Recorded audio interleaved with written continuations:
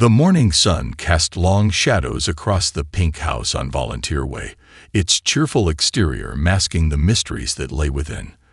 Officer Sarah Martinez guided her patrol car to a stop, the crunch of gravel under her tires breaking the unusual silence of the suburban street. Her hand instinctively brushed against her notebook as she stepped out, taking in the perfectly manicured lawn and the gentle dance of butterfly wind chimes in the morning breeze. Something felt off. The messages from concerned friends had grown increasingly urgent overnight. No one had heard from Gypsy Blanchard in 3 days, and her daughter Gypsy Rose, known throughout Springfield for her bright smile and collection of Disney princess wigs, was also unreachable.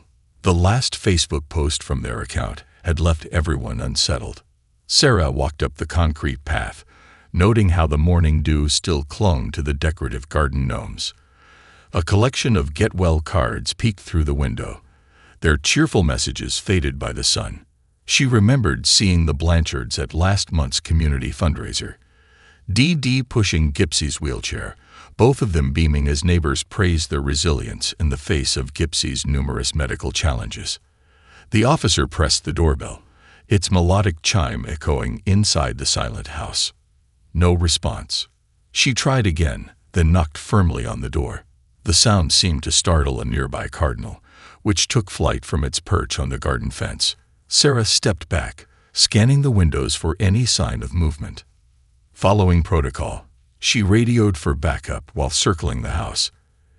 Everything looked pristine, almost too perfect.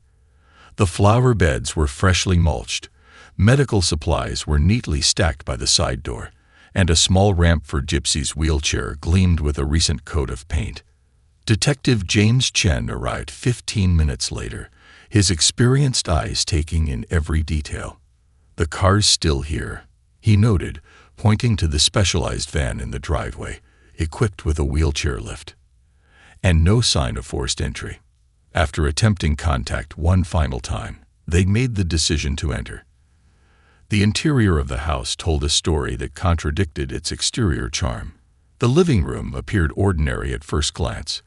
Photos of Gypsy's supposed medical triumphs lined the walls, each showing a different stage of what everyone believed was a lifelong battle with multiple illnesses.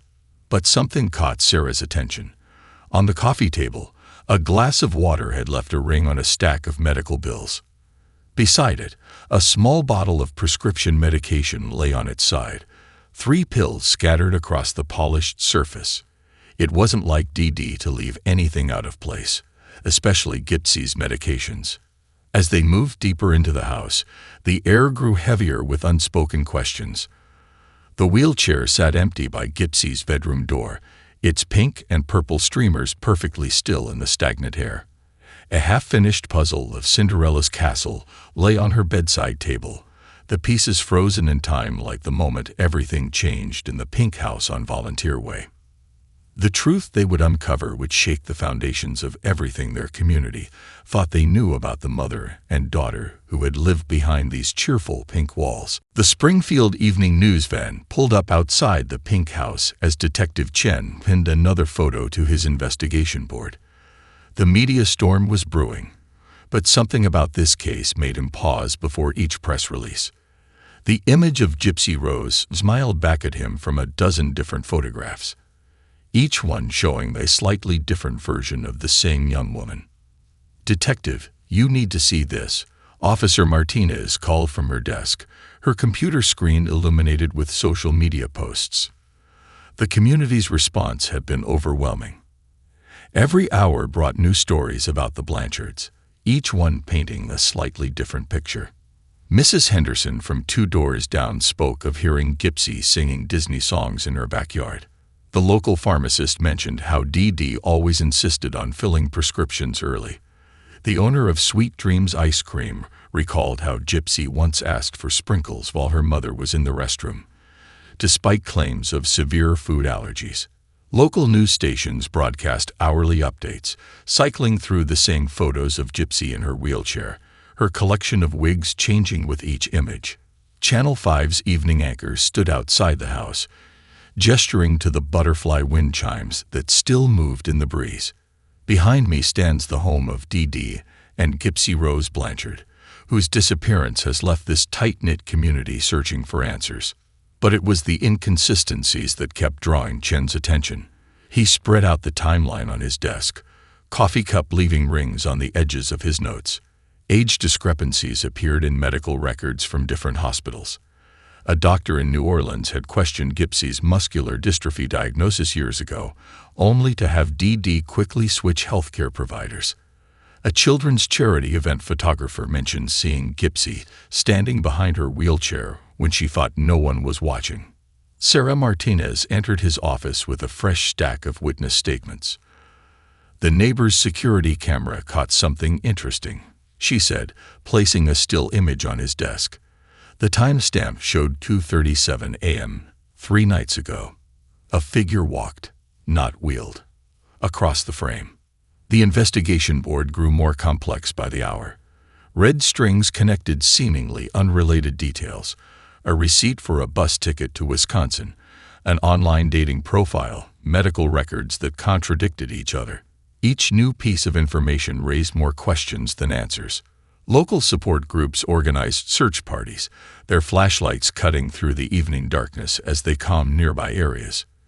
But Chen couldn't shake the feeling that they were searching for someone who didn't want to be found. Someone who, perhaps for the first time, was writing their own story. As the sun set on another day of investigation, Chen stared at the board, its web of connections illuminated by his office lamp. The truth was there, hidden in plain sight, much like Gypsy herself had been all these years. The picture-perfect mother-daughter story was beginning to fade, revealing something far more complex beneath the surface. The next morning would bring new leads, new questions, and perhaps, finally, some answers about the real story of Gypsy Rose Blanchard. Detective Lisa Chen's office looked like a scene from a movie, with files spreading across every available surface. The soft hum of her desk lamp provided the only sound as she studied yet another medical record, this one from a pediatric specialist in Kansas City. Her coffee had gone cold hours ago, forgotten amid the mountain of paper that told an increasingly troubling story. "Birth certificates," she muttered, laying out 3 different documents side by side. Each showed a slightly different birth year for Gypsy Rose. The most recent made her 19, while school records from Louisiana suggested she was 23. Lisa pinned these to her board, stepping back to study the timeline she created. A knock at her door broke her concentration. Dr. Marcus Reynolds, a respected pediatrician who had briefly treated Gypsy 2 years ago, entered with a thick folder under his arm. "I've reviewed everything," he said, settling into the chair across from her desk. "In 20 years of practice, I've never seen anything quite like this." Together, they laid out his findings. The muscular dystrophy diagnosis had no supporting lab work.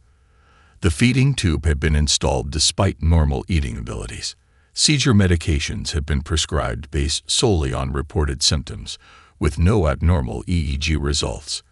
Each piece of paper added another layer to a story that defied belief. "Here's what's interesting." Dr. Reynolds pointed to a series of photographs taken at various hospital visits. "Look at her eyes in this one from 2012. Clear, focused. But in all these others, she appears sedated. The dates match prescriptions for different medications." Lisa's phone buzzed with a text from Officer Martinez. Security footage from a local grocery store had surfaced, showing Gypsy walking normally when her mother wasn't present.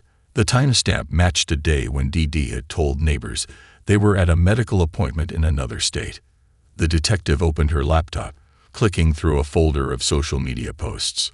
The online support groups that had championed Gypsy's battle with illness now buzzed with confusion and concern.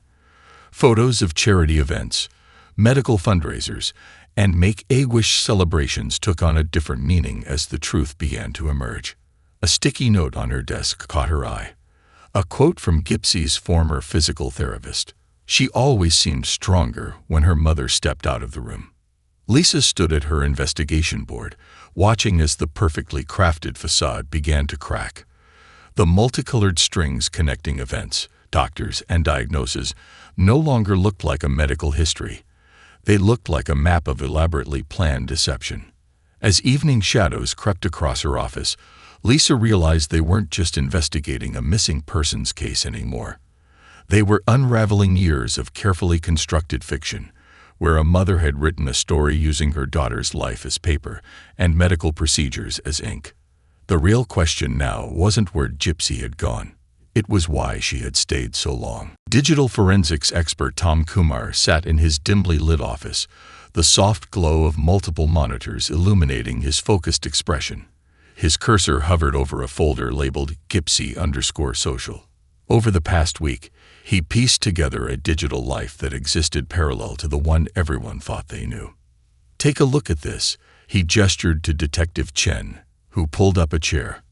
On the screen, a dating profile sparkled with life. The photos showed a different Gypsy, one without medical equipment, standing tall, her natural hair flowing past her shoulders. The profile age listed her as 23, not the teenager her mother had claimed she was. Tom opened another window, revealing a private message chain. "She created this account using library computers," he explained, scrolling through conversations that painted a picture of someone desperate to connect with the outside world. She'd wait until her mother was asleep, then spend hours online, learning about who she really was. The messages told a story of discovery. Gypsy had found forums where people shared similar experiences. Late at night, while her mother slept, she would research her supposed conditions, slowly realizing that her believed illnesses didn't match her actual symptoms. A notification popped up on Tom's screen, another recovered email thread. This one contained conversations with someone named Nicholas, their digital relationship blossoming over months of secret messages. They shared dreams, fears, and eventually, something deeper. Through carefully deleted browser histories and hidden email accounts, Gypsy had crafted a world her mother couldn't control. "Look at the evolution of her writing," Tom pointed out, pulling up messages from different time periods. The earlier ones showed someone uncertain, almost childlike in expression, but as months passed, her confidence grew. She began questioning her situation, researching her rights, and planning for a different future. Detective Chen leaned closer to the screen, reading a particularly poignant message. "I feel like a bird in a glass cage. Everyone can see me, but no one knows I can fly." Social media posts revealed more layers. While DD shared stories of Gypsy's struggles on their public profile, Gypsy maintained secret accounts where she explored her true identity.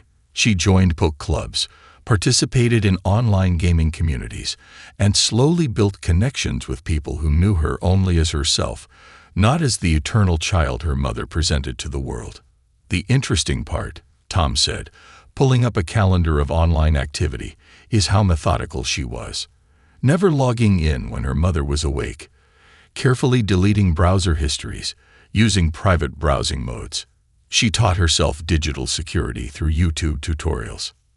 As the pieces came together on Tom's screens, a new portrait of Gypsy emerged. Not of a helpless child, but of a young woman who had found her strength in the digital world, planning her escape one careful click at a time. The virtual breadcrumbs she left behind weren't signs of carelessness. They were chapters in her story of survival, written in pixels and code. The courtroom was silent except for the gentle whir of the air conditioning and the soft scratch of the stenographer's keyboard. Morning light filtered through tall windows, casting long shadows across the polished wooden floors. Judge Eleanor Matthews studied the documents before her, each page revealing another layer of a story that challenged everything she thought she knew about family dynamics. Dr. Sarah Richardson, a child psychologist with 20 years of experience, approached the witness stand. Her testimony would shed light on years of carefully documented incidents that painted a picture of systematic deception. The gallery leaned forward, hanging on every word as she began to speak. "What we're looking at is a complex pattern of behavior," Dr. Richardson explained, her voice steady and professional. Young Gypsy grew up believing she was ill because that's what she was constantly told. Imagine living in a world where your entire identity is built around being sick, where every day revolves around medications and treatments you don't actually need. The prosecution presented medical records from across multiple states. Each document added another piece to the puzzle. Unnecessary surgeries, prescribed medications for non-existent conditions, feeding tubes installed despite normal eating abilities. The evidence mounted like chapters in a tragic story. From her seat, Gypsy watched silently, her hands folded in her lap. Gone were the wigs, the glasses, and the childlike demeanor that had been her armor for so many years. In their place sat a young woman who seemed both fragile and resolute, her eyes clear and focused as she listened to the unfolding testimony. Family photographs were displayed on the courtroom screens. They showed holidays, birthdays, and hospital stays, moments that should have been milestones but were instead markers in an elaborate fiction. Each image told two stories, the one everyone had believed, and the truth that lay beneath. The psychological impact of such deception cannot be overstated, Dr. Richardson continued, gesturing to her detailed reports. Gypsy lived in a world where truth and fiction were constantly intertwined. Her reality was carefully constructed and maintained, leaving her with no clear understanding of her own identity. As evidence of the deception mounted, the courtroom atmosphere shifted. The story was no longer about a single night's events, but about years of systematic control and manipulation. Medical professionals testified about missed warning signs, social workers spoke of deflected concerns, and teachers recalled moments that, in hindsight, should have raised red flags. Gypsy's former physical therapist took the stand, recalling sessions where she had shown unexpected strength and coordination when her mother stepped away. It was like watching two different people, she testified. The person she had to be, and the person she actually was. As the morning session drew to a close, Judge Matthews looked at the young woman before her, no longer the eternal child of countless fundraisers and charity events, but someone emerging from a chrysalis of deception, facing an uncertain future with quiet determination. The Wisconsin apartment complex stood quiet in the early morning light, its brick facade unremarkable among the surrounding buildings. Detective Lisa Chen surveyed the scene from her unmarked car, watching as local officers took their positions. The search for Gypsy Rose Blanchard had led them here, to this peaceful suburban setting far from the pink house she once called home. Officer Mike Patterson, a veteran of the local force, approached the second-floor apartment with measured steps. His knock echoed through the hallway, followed by the sound of movement inside. What happened next would change the narrative of this case forever. The door opened to reveal a young woman standing confidently on her own feet. Her hair was its natural brown. No wheelchair in sight, no medical equipment surrounding her. This was Gypsy Rose Blanchard, but not the version the world had come to know through years of fundraisers and charity events. "I've been expecting you," she said softly, her voice clear and steady, a stark contrast to the whispered, childlike tones she had used for so many years. She invited them in, walking normally to a small kitchen table where a cup of tea sat cooling. Detective Chen observed every detail of the apartment. College textbooks lined a small shelf. A laptop displayed online courses in psychology. Handwritten notes about starting a new life were carefully organized in a notebook. This was the space of someone learning to live independently, someone discovering who they really were. "Would you like to see something?" Gypsy asked, retrieving a small box from her bedroom. Inside were photographs, not the ones of hospital stays and medical procedures, but new ones. Photos of her standing in front of a library, sitting in a coffee shop, smiling genuinely at the camera. "This is who I am," she explained, her fingers tracing the edges of the images. "This is who I've always been." The local news crews began gathering outside, their cameras capturing the moment when Gypsy emerged from the apartment building. The story they would tell wasn't just about a missing person found. It was about someone who had been missing in plain sight for years. Back at the station, Detective Chen sat across from Gypsy in an interview room, watching as she sipped water from a regular glass. No special straws, no assistance needed. "I learned to read medical textbooks in secret," Gypsy explained, her voice growing stronger with each word. I discovered that what I was experiencing didn't match the symptoms I was supposed to have. The interview continued as afternoon sun painted shadows across the room. Gypsy described her journey of self-discovery, the moment she realized she could walk normally, her growing understanding that the numerous medications she'd been given were unnecessary. As daylight faded, the truth stood clear and undeniable. The wheelchair that had been her prison now sat empty in a Missouri evidence room, while its former occupant took steady steps toward a future she was finally free to choose. The marble halls of the courthouse echoed with footsteps as Dr. Emily Winters, a leading expert in family psychology, made her way to the witness stand. The gallery was packed with observers, their notebooks ready, pens poised to capture every word of testimony that would illuminate the complexities of this unprecedented case. What we're seeing here, Dr. Winters began, adjusting her glasses, is one of the most intricate cases of family dynamics I've encountered in my 30 years of practice. She gestured to the charts displayed on the courtroom screen, showing a timeline of Gypsy's life, a tapestry of fiction woven with threads of real medical procedures. The prosecution presented their evidence methodically. Medical records from 17 different hospitals, spread across 5 states, told a story of unnecessary treatments. Each document revealed a pattern: a mother insisting on procedures, switching doctors when questions arose, creating an elaborate narrative of illness that existed only in carefully crafted paperwork. Gypsy sat at the defense table, her posture straight, her eyes clear. She wore a simple blue sweater, her natural brown hair framing a face that looked years younger than her actual age. Gone was the little girl voice, replaced by the confident tones of a young woman ready to share her truth. I learned to read in secret, Gypsy testified, her voice steady. I would wait until night, using the light from my tablet to study medical terms I'd heard during doctor visits. Slowly, I began to understand that what I was experiencing didn't match what was in those books. The courtroom fell silent as she described her journey of discovery. She spoke of late nights researching her supposed conditions, of moments alone when she tested her own abilities, of the gradual realization that her life had been built on carefully constructed illusions. Social workers who had visited the pink house over the years took the stand next. They described a home that seemed perfect on the surface: organized medication schedules, detailed medical records, a mother who appeared completely devoted to her child's care. Now we know we were seeing a performance, one testified, one that had been rehearsed for years. Dr. James Harper, a pediatric specialist, presented his analysis of Gypsy's actual medical condition. When I examined her recently, he explained, displaying his findings, I found a healthy young woman. The numerous procedures she endured were unnecessary, solutions to problems that never existed. As afternoon light filtered through the high windows, Gypsy's former teacher approached the stand.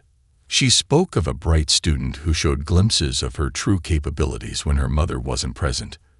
There were moments, she recalled, when the mask would slip, and we'd see flashes of the person hidden beneath all those prescribed limitations. The day's testimony painted a picture not just of deception, but of survival, of a young woman who found her way to truth despite every obstacle placed in her path. As the judge called for a recess, the gallery buzzed with whispered conversations, each person trying to make sense of a story that challenged everything they thought they knew about love, truth, and the complex bonds between parent and child. Judge Harrison's chambers held an unusual stillness that morning. Sunlight streamed through tall windows, illuminating decades of legal texts lining the walls. On his desk lay the case files that had consumed the past several weeks, a story that defied simple categorization. The clock ticked steadily as he reviewed his notes one final time. 23 years of a life carefully scripted by someone else. Years of unnecessary medical procedures, medications, and confinement. A young woman who had found her voice in the most unexpected way. "Bring her in," he instructed his clerk.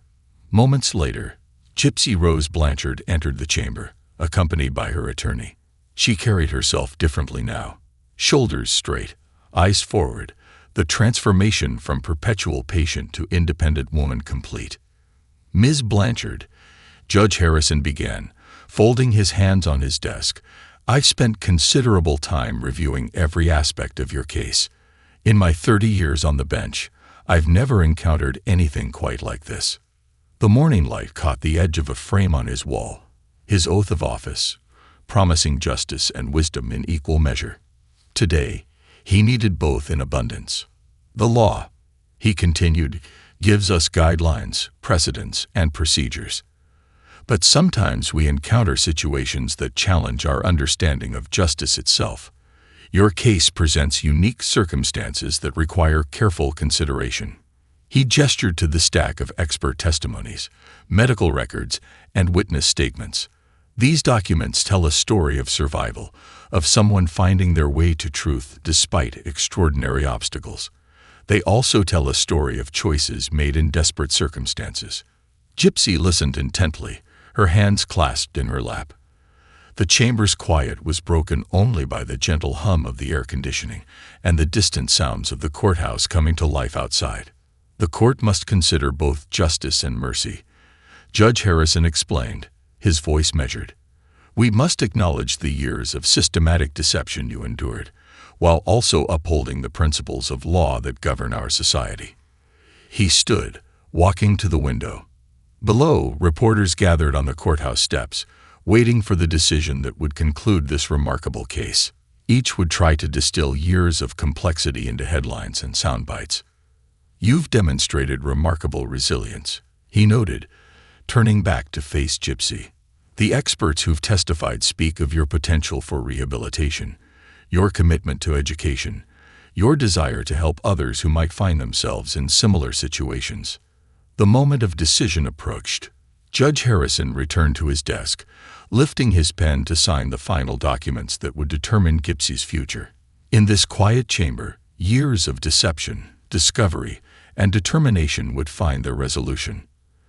The morning sun continued its arc across the sky, casting new shadows in the chamber as justice sought its delicate balance between punishment and understanding, between the letter of the law and the complex reality of human experience.